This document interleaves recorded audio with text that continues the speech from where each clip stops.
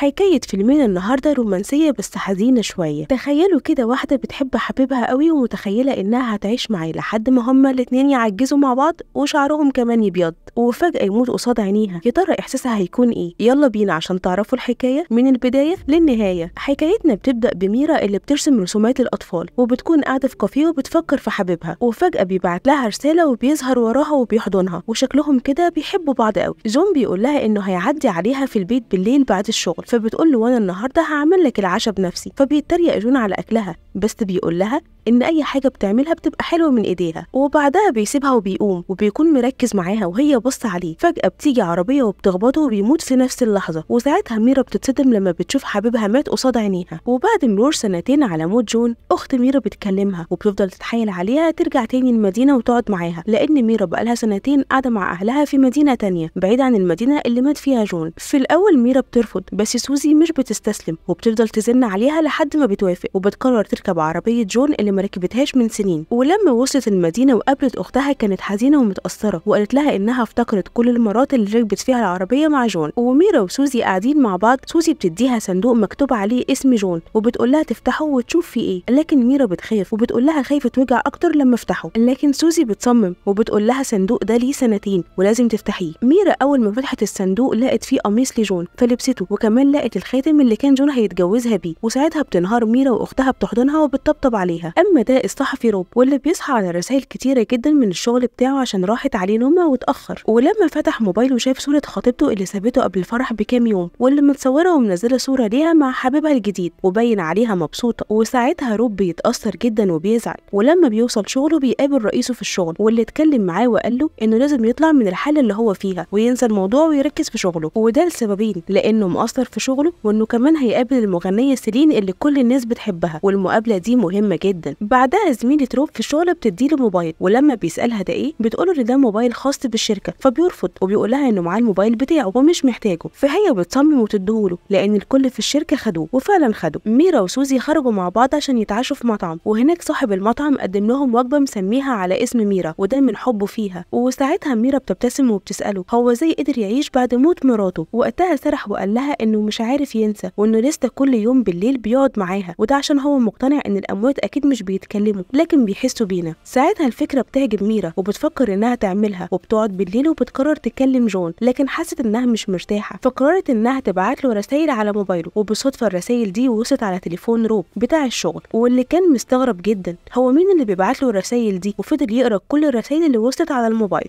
ميرا لما راحت المجله اللي شغاله فيها عشان تسلم الرسومات، مديره المجله ما عجبهاش الرسومات وقالت لها واضح انك نسيتي انك بترسمي للاطفال، كل الرسومات كئيبه وحزينه. وبعدها ندهت على السكرتيره وقالت قدامها ان اللي مش هيشوف شغل كويس هيترفد، وقالت ان القرار ده هيمشي على اي حد مهما كانت ظروفه او كفاءته في الشغل. ساعتها بتخاف ميرا وبتوعدها انها هترجع زي الاول. روب كان قاعد في الشغل بيقرا في الرسائل وكان هيتجنن ويعرف مين اللي بيبعت له الرسائل دي، ولما بيبص وراه بيشوف زميلته في الشغل وهي ماسكه الموبايل، وساعتها بيطلب منها دقيقتين من وقتها يتكلم معاها فيهم. ولما بيتكلموا بيقول لها ان هي جميله واي حد يتمناها، بس دلوقتي هو في فتره صعبه ومش هيقدر يدخل اي علاقه جديده. ساعتها زميلته بتتضايق وبتقول له مين قالك اني هوافق ارتبط بيك اصلا؟ استغرب روب وخلاها تشوف الرسائل اللي مبعوتها له، وساعتها بتقول له خلي بالك لحسن يكون حد بيشتغلك وعايز ينصب عليك. ميرا بتكون لسه بتبعت رسائل لرقم جون، وفجاه اختها سوزي بتوريها الاكونت اللي عملته لها على تطبيق المقابلات وبتقنعها انها لازم تعيش حياتها، بس ميرا بترفض لانها لسه بتحب جون، لكن اختها بتقول لها جربي حتى لو مره، مش معقوله تفضلي عايشه لوحدك. فبتوافق ميرا وبعدها بتبعت رساله على رقم جون وبتقول له انها حاسه بالذنب من اللي هتعمله، وبتعرفه المكان اللي هتروحه والميعاد، وبتحكي له كمان عن الشخص اللي هي هتقابله. في الوقت اللي اتبعتت فيه الرسائل روب كان في الشركه واقف مع زمايله، وساعتها روب بيقول لهم ان هيروح المكان ده، وده عشان عنده فضول عايز يشوف البنت. والوقت اللي وصل فيه روب وصاحبه كان هو نفس الوقت اللي ميرا وسوزي وصلوا فيه، ولما دخلت ميرا وشافها روب اتمنى من جواه تبقى هي دي البنت اللي بتبعت الرسائل، وفضل مراقبها ومركز معاها. ولما وصل الشخص اللي المفروض هتقابله ميرا وقعدوا مع بعض كان باين عليها انها مش مبسوطه. بعدها بيقوم صاحبها وبيروح الحمام، وساعتها وبعدها ميرا بتمسك التليفون وبتبعت رسالة لجون وبتقوله إنها متضايقة ومش مبسوطة، ولما روب بيقرا الرسالة بيفرح، لكن بعد ثواني بيزعل لما بيشوفهم مروحين مع بعض. ميرا وصاحبها ركبوا العربية واللي كان واضح جدا إنهم مختلفين عن بعض، وهو حاول يقرب منها بالغصب لكن هي رفضت، وساعتها قالت له طيب ادينا فرصة نتعرف على بعض الأول، لكن هو ما عجبوش الكلام وفتح التطبيق ودور على واحدة تانية غيرها. ساعتها هي اتعصبت وطردته من العربية. تاني يوم روب كان عنده مقابلة مع سيلين، ولما اتكلموا مع بعض قررت تسأله شوية عن حياته، وقالت له هو انت ليه مش مقتنع بالحب؟ رد وقال لها انه كان مقتنع بيه زمان، لكن بعد اللي حصل له من خطيبته ما بقاش مقتنع. وبعدها بيسألها هو ممكن حد يتشد ويحب حد ما يعرفوش من كلامه بس؟ وكمان وراها الرسائل اللي بتوصل له، ولما شافتها سيلين انبهرت وقالت له قد ايه اللي بيبعت الرسائل دي حد جميل وصادق، ونصحته كمان انه لازم يتعرف عليها وما يسيبهاش تضيع من ايديه. تاني يوم ميرا بعتت على موبايل جون مقطع من اغنيه بتتغنى كل يوم في الاوبرا، وكانت بتتكلم على الاتنين بيحبوا بعض، لكن في واحد منهم مات والتاني لسه بيحبه ومفتقده. معنى الاغنيه عجب روب وده اللي خلاه يروح كل يوم الاوبرا عشان يسمعها. وفي يوم بعد الحفله شافها وهي خارجه وكانت لابسه فستان اصفر جميل، ولما فضل يبص لها سالته هو احنا نعرف بعض؟ ساعتها قال لها لا بس ممكن نتعرف. الغريب واللي اول مره يحصل من سنتين ان ميرا وافقت وابتسمت، والسعاده لاول مره كانت باينه عليها. خدوا ارقام بعض ولما روح روب اتاكد من رقم ميرا ان هو نفس الرقم اللي بيبعت له الرسائل، وساعتها قرر انه يدور عليها على النت، ولما دور عرف انها رسامه لقصص الاطفال، لكن لما دخل على الاكونت بتاعها عرف ان حبيبها اللي بتبعت له الرسائل ميت، وبيكون مش عارف ازاي هيقول لها ان هو كان بيقرا كل الرسائل اللي كانت بتبعتها. تاني يوم لما بيوصل الشغل بيحكي لزمايله على اللي حصل، وانه اخيرا اتعرف على البنت اللي كانت بتبعت له الرسائل. وفجاه موبايله بيرن وبتطلع ميرا، وبيكون مرتبك جدا وهو مش عارف يرد يقول لها ايه، والصراحه هي كمان كانت مرتبكه. روب عزمها بالليل على العشاء، ولما اتقابلوا كانوا هما الاثنين مبسوطين وكان في تفاهم بينهم كبير، وبعد العشاء هما الاثنين اتمشوا مع بعض وكمان اعترفوا لبعض باعجابهم. روب بيشوف خاتم الزواج في ايديها، ولما بيسالها بتحكي له عن حبيبها اللي مات قصاد عينيها وانهم كانوا بيحبوا بعض، وهو كمان بيقول لها على اللي عملته فيه خطيبته قبل الفرح بكام يوم واللي خلاه يفضل يسال نفسه هي ليه عملت كده وكسرت قلبه. هما الاثنين بيكملوا ماشي لحد ما بيلاقوا واحد بيعزف، وروب بيطلب من ميرا ترقص معاه. بيفضلوا مكملين رقص لحد اصلا ما الراجل اللي بيعزف بيمشي ومش بيكونوا واخدين بالهم، وبيفضلوا مع بعض لحد الصبح. ما هو الوقت الحلو كده بيعدي بسرعه. كل واحد بيرجع بيته وبيتفقوا انهم هيتقابلوا بالليل في بيت ميرا. لما روب بيروح الشغل بيسال زمايله هو المفروض يقول لها انه كان بيقرا كل الرسائل بتاعتها ولا لا، وان هو خايف تسيبه لما تعرف، بس زمايله بينصحوه بيقولوا له ان اساس نجاح اي علاقه هي الصراحه. روب لما راح بيت ميرا قعدوا مع بعض وقت طويل لحد ما هي نامت على الكنبه، وهو شالها وحطها في سريرها ونام هو مكانها. لكن بعد شويه اختها بترجع البيت، ولما بتشوفه بتتخض وبتمسك فيه، لكن بتهدى لما بيعرفها بنفسه، وبيقعدوا كمان يتكلموا مع بعض. بعد شويه ميرا بتصحى على صوتهم، ولما بتشوف روب بتطلع تجري وتركب عربيه جون وتفضل تعيط وهي حاسه بالذنب. تاني يوم روب بيروح لسيلين وبيحكي لها عن اللي حصل مع ميرا وانها مش قادره تنسى حبيبها القديم، وفي نص الكلام بتدخل المساعده بتاعتها وبتوريها رسمه جديده للاعلان بتاعها، لكن الرسمه مش بتعجبها، وده اللي بيخلي روب يقترح عليها تكلم ميرا وتطلب منها انها ترسم لها الرسمه. فبتوافق سيلين وبتكلم ميرا وبتطلب انها تقابلها. ميرا ما كانتش مصدقه نفسها وبتروح تقابلها وبيتفقوا على رسمه وميعاد التسليم. لما بتخلص ميعادها بتكون مبسوطه وبتقرر انها تتصل بروب وتقابله، ولما قابلته اعتذرت له على اللي حصل منها اخر مره. بعدها بيروحوا مع بعض البيت وبيقعدوا مع بعض طول الليل، والاول مره تبان السعاده على ميرا. والصبح روب بيكون مضطر ان هو يروح الشغل فبيدخل ياخد دش، وميرا لما بتصحى بتلاقي كتاب عن سيلين وده بيكون موجود في حاجه روب، ولما بتمسكه اللابتوب بينور عشان الكتاب بيتحرك من عليه، وساعتها بتشوف كل الرسائل اللي كانت بتبعتها لجون على رقمه القديم، فبتقرر ترن عليه وبيطلع روب والموبايل منور في ايديه. ساعتها بتتصدم ميرا انه كذب عليها وبتسيبه وتمشي. روب بيحاول يوصل لها لكن مش بيعرف، فبيقرر انه يكتب لها رسائل في الجريده اللي شغال فيها، وبدل ما يكتب المقاله عن سيلين ويعرف الناس بيها قال ان سيلين هي اللي ساعدته يعرف نفسه ويكتشف معنى الحب. وبيوجه رساله لميرا وبيقول لها انه بيحبها ومستنيها ترجع له وتسامحه، وبيطلب منها انها تقابله في نفس المكان اللي رقصوا فيه مع بعض اول مره، وبيروح ويستناها بالساعات لكن هي مش بتيجي. وبعدها روب بيقرر انه يروح يشوفها في الاوبرا مع ان الوقت كان متاخر والاوبرا قافله، وبعد ما بيدور عليها وبيلف حواليها ومش بيلاقيها فجاه بتظهر ميرا وبتطلب منه ما يكدبش عليها تاني، وكمان بتقول له انها هتفضل فاكره جون ومش هتقدر تنساه وان هو جواها. وساعتها اتصدمت من رد روب لما قال لها انه بيحترم مشاعرها وموافق انهم يكملوا مع بعض على الوضع ده، فبتفرح ميرا وبتشكره وهما الاثنين بيحضنوا بعض. وحكايتنا خلصت. لو عجبتكم الحكايه ما تنسوش تعملوا لايك وسبسكرايب للقناه عشان يوصل لكم كل الحكايات الجديده.